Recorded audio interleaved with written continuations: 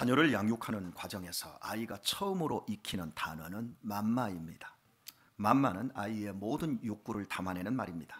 그러나 조금 성장하면 떼찌, 애비, 지지 이런 식으로 해롭거나 위험한 행동에 대해 경고하는 말을 익히게 됩니다. 만약 위험을 모른 채, 해로움을 모른 채 욕구를 채우는 것만 알고 있다면 아이는 언제든 큰 사고를 당할 수 있습니다. 성인이 되어도 삶이 끝나기까지 자신에게 이로움과 해로움의 삶을 분별해야 하는 일은 계속 되어야 합니다.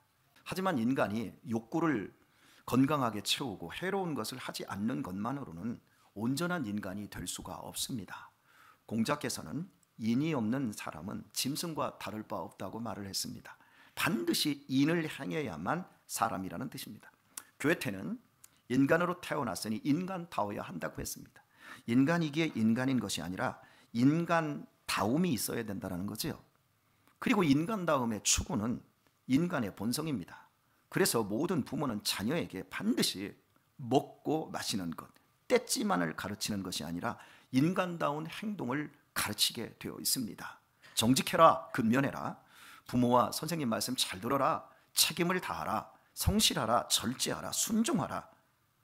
이렇게 인간다움이 무엇인지를 하라라고 하는 것으로 대변하고 있습니다. 그러므로 인간 교육의 최종 목적지는 욕구 충족도 아닌 위험 인지도 아닌 인간으로서 참 행동을 하는 데에 있다라고 말씀드릴 수 있습니다. 예수님께서 이 땅에 계시는 동안 당신께 나오는 많은 사람들의 요구를 들어주셨습니다. 수많은 병든 자들을 고쳐주셨고 귀신 들린 자들을 자유케 해주셨으며 오병이어로 배고픈 자들의 배를 불리게 해주셨습니다. 눈먼 자의 절규에 응답하사 보게 해주셨고 중풍병자의 신음을 들어서 병에서 노임받게 해주셨습니다. 풍랑에 휩쓸린 자들을 위해 바다를 잠잠케 하셨고 물에 빠져 허우적대는 제자를 건져주셨습니다. 이처럼 예수님의 사역을 보면 사람들의 욕구와 원함에 응답해 주신 것을 볼 수 있습니다. 이것이 예수님의 사역의 초기 모습입니다. 그러나 십자가의 죽음을 앞둔 후기에는 이적보다는 말씀 사역에 치중을 하고 있습니다. 아무든지 나를 따라오려거든 자기를 부인하고 자기 십자가를 지고 나를 쫓을 것이니라 말씀합니다. 7번뿐만 아니라 7번씩 70번이라도 용서하거라. 한 알의 밀이 땅에 떨어져 죽지 아니하면 한 알 그대로 있고 죽으면 많은 열매를 맺느니라. 내 계명은 곧 내가 너희를 사랑한 것 같이 너희도 서로 사랑하라. 내가 너희에게 분부한 모든 것을 가르쳐 지키게 하라. 예수님은 인간 욕구를 들어주기에 오신 분이 아니셨습니다. 오히려 우리를 죄 가운데 죽음에서 구원하여 하나님의 자녀로서의 마땅한 삶을 가르쳐 주시기 위함이었습니다. 그렇다면 우리의 신앙의 최종 지점은 분명합니다. 우리의 욕구 충족이나 위험을 피하는 데 있지 않습니다. 내 본성이 하기 싫어도 주님께서 원하시는 것을 행하며 그분의 나라를 이루어가는 삶을 사는 데 있는 것입니다. 오늘 본문에서 유월절을 맞이해 예루살렘으로 몰려든 유대인들의 관심은 한 가지였습니다. 너희 생각에는 어떠하냐? 저가 명절에 오지 아니하겠느냐? 띄워주세요. 첫 번째 페이지. 반드시 올 것이라는 의미 같지 않습니까? 이게 아닌데 첫 번째, 이게 첫 번째예요? 두 번째 펴보세요. 이거예요. 예. 너희 생각에는 어떠하냐? 저가 명절에 오지 아니하겠느냐? 여러분, 반드시 올 것이라고 묻는 것 같지 않습니까? 그런데 헬라어 원문에서 오메 에이데라는 구문은 결코 오지 않을 것이다 라는 강한 부정의 의미를 지닙니다. 저기가 파란색이 오메 에이데입니다. 결코 오지 않을 것이다, 결코 뭐뭐하지 않을 것이다 라는 뜻이에요. 바로 이 용법이 56절에서 사용되고 있기에 예수님이 절대 오지 않을 것이다 라는 강한 추측이 되는 것입니다. 유대인들이 이처럼 확신하는 데는 그럴 만한 충분한 이유가 있습니다.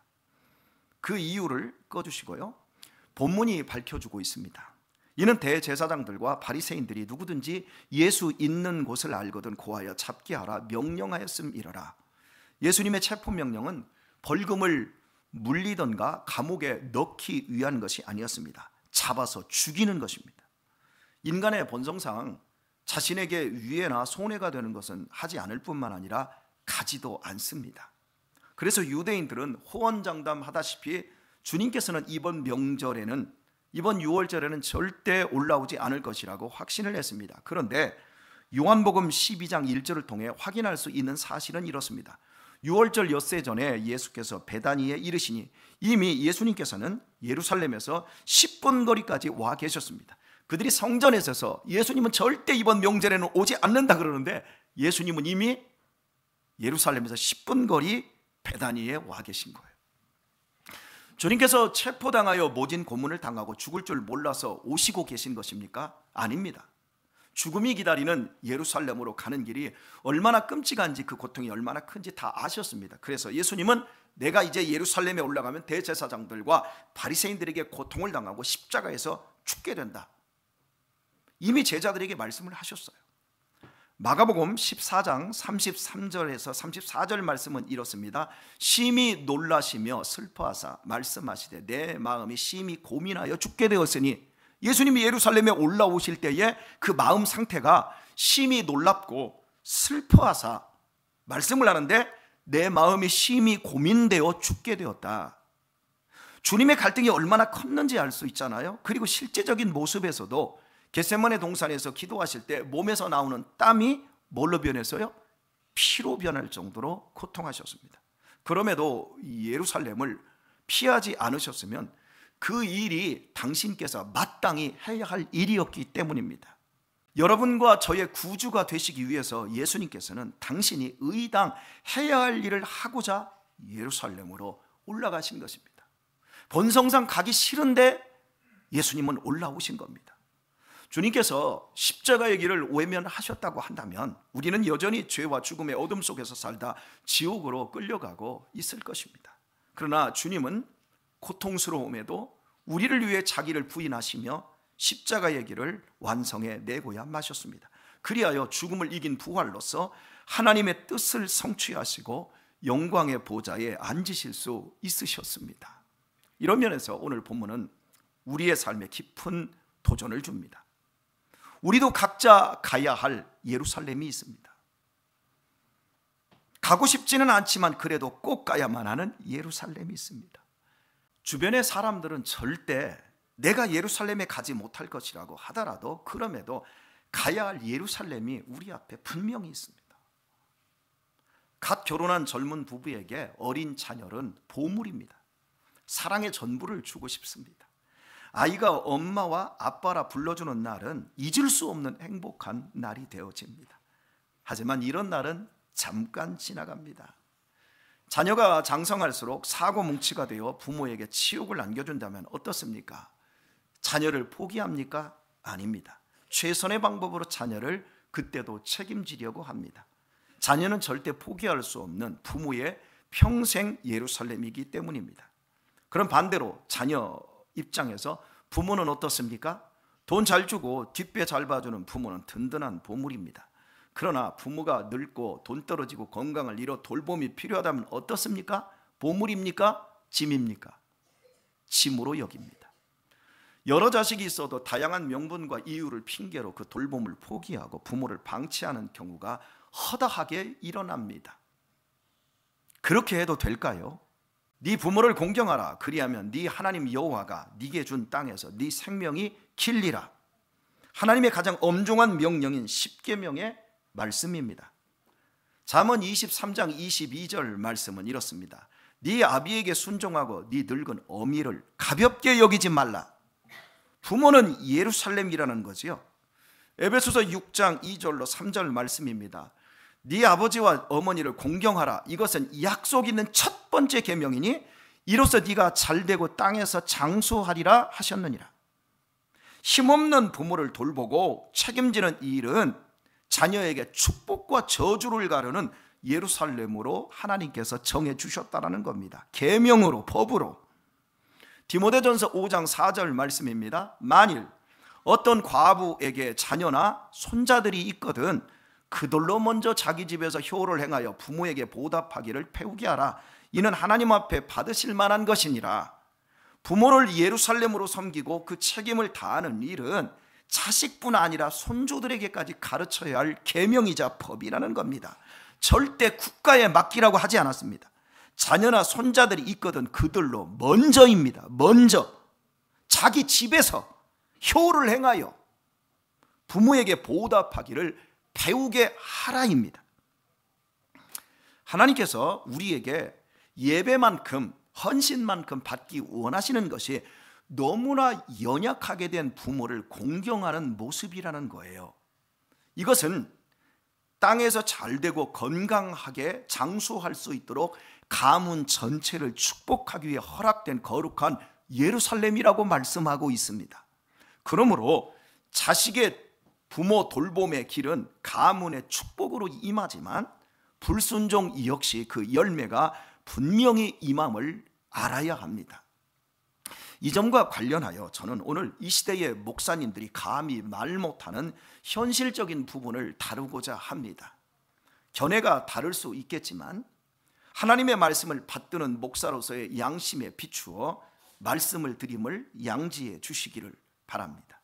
그리고 저와 오래도록 함께 하신 분들이 제가 늙고 병든 어머니의 대소변을 7년 동안 받아내며 사는 것을 보셨고, 현재 제가 교회를 개척하여 오늘과 같은 부흥과 다자녀의 복과 건강과 화목의 복을 누리는 것이 다 제 병든 어머니를 올라가야 할 예루살렘으로 순종했기 때문임을 저는 알고 있기 때문입니다. 또한 제 형제들과 조카들과 조카 손주들까지 신앙의 길로 올 수 있었음 역시 바로 제 어머니를 향한 책임을 불가능한 상황에서 순종한 복을 제가 지금도 받고 있기 때문입니다. 20년 전 즈음부터 노양 요양 제도가 만들어지고 7, 80대 노인들의 다수가 요양시설에 입소하고 있습니다. 자식이 부모를 모시며 죽기까지 돌봐드리는 예는 이제 60대 이하 세대에서는 옛날 이야기가 되어가고 있습니다. 과연 요양원에 부모님을 모시는 것이 하나님의 계명에 비추어 보았을 때 부모 공경일까요? 그것이 최선이라고 한다면 정작 입소하는 늙은 부모님들이 버려진다고 생각하며 두려워하는 이유는 무엇일까요? 시설이 제 아무리 좋아도 최선은 아닙니다. 내 피부치들과 지지고 볶아되는 곳에 있고 싶은 것이 늙은 부모의 마음입니다. 그러나 예외는 있습니다. 치매 걸린 부모님을 공경하는 가장 좋은 방법은 저는 요양원이라고 주저없이 말합니다. 그래서 저희 장인 장모님한테도 제가 끝까지 모시고 살 테니까 치매 걸리지는 마십시오. 치매 걸리면 무조건 요양원 보내겠습니다. 저는 그렇게 말씀드립니다. 치매는 전문가와 특수 인력이 맡아야 할 영역이기 때문입니다. 저는 치매를 정신적인 문둥병으로 정의합니다. 자신의 몸이 썩어가는데도 통증을 느끼지 못하는 문둥병 환자에 대해서는 하나님께서 격리를 명령하셨습니다. 치매 환자 한 명을 가정해서 배우자나 한두 명의 자녀가 돌본다는 것은 불가능합니다. 해본 사람은 다 압니다. 자기 자신에 대해 망각하고 자식도 몰라보는 치매 환자와 함께 살면 가족의 삶은 생지옥이 되어지고 맙니다. 제 아무리 사랑하는 배우자라 할지라도 몸과 마음이 피폐해져 폭력과 학대로 얼룩지고 끝내 동반 자살로 끝나기가 일쑤입니다. 이 경우에는 반드시 전문가와 훈련받은 특수 인력에 맡겨지는 것이 최상의 돌봄입니다. 그러나 치매가 아닌 이상 늙은 부모의 뜻을 물어야 되고 그 뜻을 먼저 존중해 주어야 합니다. 요양원은 최후의 선택이어야 합니다. 물론 부모 자신이 요양시설을 더 원하는 경우와 요양원에 적응을 잘 하셔서 그것이 더욱 편한 경우도 있을 수 있습니다. 그리고 요양원에 모셔놓고 매일같이 전화로 소통하며 하루가 멀다 하고 찾아뵙는다면 그것 역시 최선의 돌봄이 될 수도 있을 것입니다. 이런 면에서 저 역시 나중에 제 인지와 행동이 부자연스러워질 때 제 스스로 요양원을 결정할 생각을 갖고 있습니다. 하지만 정신 건강한 부모님을 강제적으로 시설 좋은 요양원에 모시는 것을 당연시하는 것은 무서운 일입니다. 요양원에서 돌아가신 할머니의 유품 속에서 나온 글 한 편을 읽어드리도록 하겠습니다. 제가 10살 어린 아이였을 땐 사랑하는 아버지도 있었고 사랑하는 어머니도 있었고 형제들도 자매들도 있었답니다. 16이 되었을 땐 발에 날개를 달고 이제 곧 사랑할 사람을 만나러 다녔답니다. 20살 땐 사랑을 평생 지키기로 약속한 결혼 서약을 기억하며 가슴이 고동쳤답니다. 23살이 되었을 땐 안아주고 감싸주는 당신들 어린 시절과 같이 귀엽던 어린 자녀들이 생겨났답니다. 30살이 되었을 땐 어리기만 했던 자녀들이 급속히 성장해서 서로 오래도록 지속될 관계가 맺어졌답니다. 40살이 되었을 땐 어리기만 했던 아들, 딸들이 성장해서 집을 떠나게 되었지만 남편이 제 곁에 있어 슬프진 않았답니다. 50살이 되었을 땐 제 자식들은 직장에서 일을 하고 손주를 제 무릎에 안겨주며 인생의 기쁨과 보람을 느꼈습니다. 마침내 어두운 날들이 찾아와 내 옆에 있던 이가 하늘로 떠나게 되면서 남겨진 삶, 이제 앞으로 홀로 살아야 할 삶에 두려움으로 오싹해졌답니다. 자녀들이 모두 자기의 자식을 키우고 있는 그 모습을 보고 난 내가 알고 있던 지난 날들과 사랑이라는 것을 한번 생각해 보았답니다. 이제 늙은이가 되었는데 늙은이를 바보처럼 보이게 만드는 것들을 보면서 세월의 잔인함을 느끼게 되었습니다. 몸은 망가져 우아함과 활기는 떠나버렸고 이제는 시체와 방불한 무딘 돌이 되어버렸답니다. 너무 짧고 빨리 지나간 지난 날들을 생각하면서 영원한 것은 아무것도 없다라는 엄연한 현실을 받아들이기로 했답니다. 사람들이여, 눈을 떠보십시오. 눈을 뜨십시오. 투정이나 부리는 늙은이로 보지 말고 좀 더 나를 자세히 봐주세요. 당신의 아버지나 어머니는 아니나 당신의 아버지일 수도 있고 당신의 어머니일 수도 있습니다. 가축에게 먹이 주듯 하지 마세요. 멍들게 하지 마세요. 가슴속에 멍을 안고 떠나지 말게 해주세요. 제발요. 나도 얼마 전까지만 해도 당신과 같은 엄마요, 당신과 같은 아가씨요, 당신과 같은 아이였습니다. 당신들도 곧 나와 같은 처지가 될 것입니다. 복지사와 요양보호사가, 간호사가 제 아무리 잘 섬긴다 할지라도 자녀들의 손보다 따뜻할 수는 없습니다. 그리고 말입니다, 저와 여러분들도 이런 날을 맞이하게 됩니다. 앞길이 구말리 같은 여기 어린이들, 학생들, 청년들도 이런 날이 금방 옵니다. 순식간에 젊은 날은 지나가고 아무런 낙이 없는 날이 오게 된다는 사실입니다. 무서운 일입니다. 제가 아는 입양 가족 한 분은 밀착 돌봄이 필요한 홀로 된 늙은 어머니와 며느리가 함께 사는 것을 힘들어해서 50대의 아들이 주중에는 어머니 집에 들어가 살고 출퇴근을 다 하고 주말에는 아내와 자식이 있는 집에 들어가 삽니다. 두 집 살림을 한다고 해야 되나요? 두 집 여자 집에서 살고 있는 거. 정서적으로 교감이 없는 시어머니와 며느리가 함께 사는 것은 현실적으로 어렵기 때문입니다. 옛날에는 시어머니, 시아버지, 며느리가 시집 오면 함께 살았으니까 늙어서도 함께 살 수 있는데 전혀 지금 그렇게 안 사는데 갑자기 늙어서 병들었는데 갑자기 함께 사는 게 쉽지 않지요. 그러니까 이런 식으로 살아요. 저희 동네에도 95세의 어머니와 공무원 은퇴한 66세의 아들이 이와 같은 방법으로 함께 살고 있습니다. 우리 남자들 꼭 기억하세요. 자기 자녀들과 정서적으로 교감이 되고 정서적으로 함께 놀고 함께 즐거운 시간들을 많이 가져야 됩니다. 여행 한번 딱 가고 캠핑 한번 가고 니네끼리 놀아, 니네끼리 놀아, 텔레비전 보고 스마트폰하고 하잖아요. 자식하고 진지하게, 자식하고 행복하게 노는 경험이 없으면 늙어서 버려집니다. 정서적으로 교감이 될 수 있어야 돼요. 혹자는 거동이 불편한 부모님을 자신이 사는 근처 원룸에 모셔놓고 아침 저녁으로 식사를 챙겨드리며 돌보기도 합니다. 모두 귀하고 귀한 돌봄입니다.